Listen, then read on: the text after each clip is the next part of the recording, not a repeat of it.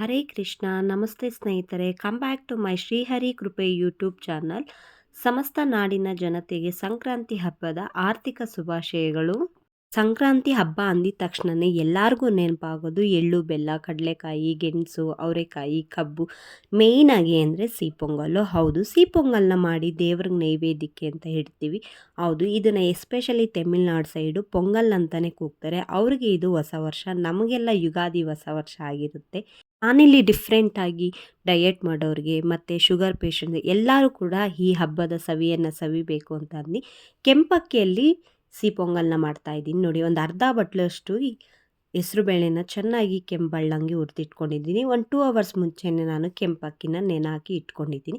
ಕುಕ್ಕರ್ಗೆ ಡೈರೆಕ್ಟಾಗಿ ಹುರಿದಿರೋವಂಥ ಹೆಸ್ರುಬೇಳೆ ಮತ್ತು ಕೆಂಪಕ್ಕಿಯನ್ನು ನೆನೆಸಿರೋ ನೀರಿನ ಜೊತೆನೇ ಹಾಕ್ತಾಯಿದ್ದೀನಿ. ಇನ್ನೂ ಅದಕ್ಕೆ ಒಂದು 2 ಲೋಟದಷ್ಟು ಹೆಚ್ಚಾಗಿ ನೀರನ್ನು ಹಾಕ್ಕೊಂಡು ನೋಡಿ ನೀಟಾಗಿ ಈ ಥರ ಬೇಯಿಸ್ಕೋಬೇಕು. ಯಾಕೆ ಅಂತಂದರೆ ಕೆಂಪಕ್ಕಿ ಬೇಯೋದಕ್ಕೆ ಸ್ವಲ್ಪ ಟೈಮ್ ತೊಗೊಳುತ್ತೆ. ಹಾಗಾಗಿ ನೋಡಿ ನೀಟಾಗಿ ಬೆಂದಿದೆ. ಇದನ್ನು ಒಂದು ಸ್ವಲ್ಪ ಮ್ಯಾಶ್ ಮಾಡ್ಕೊಳ್ಳೋಣ. 1 ಅಕ್ಕಿ 2 ಆಗೋ ಥರ ಮಾಡಿಕೊಂಡ್ರೆ ಸಾಕು, ತುಂಬ ಚೆನ್ನಾಗಿರುತ್ತೆ.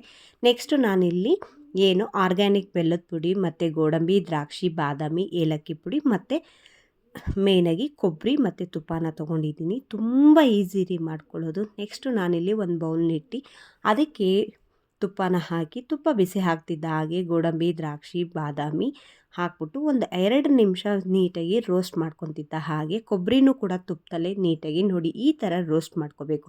ತುಂಬ ಚೆನ್ನಾಗಿರುತ್ತೆ. ಏನು ನೀವು ಮ್ಯಾಶ್ ಮಾಡ್ಕೊಂಡಿರ್ತೀರಲ್ಲ ಹೆಸರುಬೇಳೆ, ಕೆಂಪಕ್ಕಿನ, ಅದನ್ನು ಕೂಡ ಇದರೊಳಗಡೆ ಹಾಕ್ಕೊಂಡು ಒಂದು ತಿರುವು ಬರೋ ಥರ ನೀಟಾಗಿ ತಿರುಕೊಳ್ಳಿ. ನೋಡಿ ಈ ಥರ. ನಾನಿಲ್ಲಿ ಕೆಂಪಕ್ಕಿನ ತೊಗೊಂಡಿರೋದ್ರಿಂದ ಸ್ವಲ್ಪ ಕೆಂಪಕ್ಕಿ ಬೇಯೋದಕ್ಕೆ ಟೈಮ್ ತೊಗೊಳುತ್ತೆ. ನೀಟಾಗಿ ಅದನ್ನು ಮ್ಯಾಶ್ ಮಾಡ್ಕೊಬೇಕು ಒಂದು ಸತಿ, ಆವಾಗ ಚೆನ್ನಾಗಿರುತ್ತೆ, ತುಂಬ ಚೆನ್ನಾಗಿರುತ್ತೆ. ಇದಕ್ಕೆ 1 ಬಟ್ಲಷ್ಟು ಹಾಲನ್ನ ಹಾಕ್ತಾಯಿದ್ದೀನಿ. ಹಾಲು ಹಾಕಿದಿಂದನೇ ನಾನಿಲ್ಲಿ ಆರ್ಗ್ಯಾನಿಕ್ ಬೆಲ್ಲದ ಪುಡಿನೂ ಕೂಡ ಹಾಕ್ಕೊಂಡು, ಹಾಲು ಬೇಕು ಅಂದರೆ ಸ್ವಲ್ಪ ಕನ್ಸಿಸ್ಟೆನ್ಸಿ ನೋಡಿಕೊಂಡು ನೀರು ಕೂಡ ಹಾಕ್ಕೊಂಡು ನೋಡಿ ಈ ಟೈಪಲ್ಲಿ ಇರಬೇಕು ನಿಮಗೆ. ನೋಡ್ತಾ ಇದ್ದೀರಾ ಅಲ್ವಾ? ಒಂದು 2 ರಿಂದ 3 ನಿಮಿಷ ಕುದಿ ಬರೋವರೆಗೂ ಕುದಿಸ್ಕೊಳ್ಳಿ ನೀಟಾಗಿ. ಅದು ಹಾಕ್ತಿದ್ದ ಹಾಗೆ ಏಲಕ್ಕಿ ಪುಡಿನೂ ಕೂಡ ಹಾಕ್ಕೊಂಡ್ರೆ ಸಿಹಿ ಪೊಂಗಲ್ ರೆಡಿಯಾಗಿದೆ. ದೇವ್ರ ನೈವೇದ್ಯಕ್ಕಂತೂ ಸೂಪರಾಗಿರುತ್ತೆ. ನೋಡಿ, ಯಾವಾಗಲೂ ಒಂದೇ ಥರ ಸಿಹಿ ಪೊಂಗಲ್ನ ಮಾಡಿ ತಿಂದು ಬೇಜಾರಾಗಿದ್ದರೆ ಈ ಥರ ಒಂದು ಸಿಹಿ ಪೊಂಗಲ್ನ ಮಾಡಿ ನೀವು ಕೂಡ ಮನೆಯಲ್ಲಿ ತಿನ್ನಿ. ಎಲ್ಲರೂ ಕೂಡ ಆರಾಮಾಗಿ ಯೋಚನೆ ಇಲ್ದಲೆ ನೀಟಾಗಿ ಸಿಹಿ ಪೊಂಗಲ್ನ ತಿನ್ಬೋದು. ಯಾಕೆ ಅಂದರೆ ಇದು ಆರ್ಗ್ಯಾನಿಕ್ ಬೆಲ್ಲ ಮತ್ತು ಕೆಂಪಕ್ಕಿಯಿಂದ ಮಾಡಿರೋದ್ರಿಂದ ಯಾವುದೇ ಥರ ಯೋಚನೆ ಮಾಡ್ದಂಗೆ 1 ಬೌಲಷ್ಟು ನೀಟಾಗಿ ಶುಗರ್ ಪೇಷಂಟ್ಸು ಮತ್ತು ಡಯಟಿಷಿಯನ್ಸ್ ಅವರು ನೀಟಾಗಿ ತಿನ್ಬೋದು. ಮತ್ತೊಮ್ಮೆ ಎಲ್ಲರಿಗೂ ಸಂಕ್ರಾಂತಿ ಹಬ್ಬದ ಆರ್ಥಿಕ ಶುಭಾಶಯಗಳು.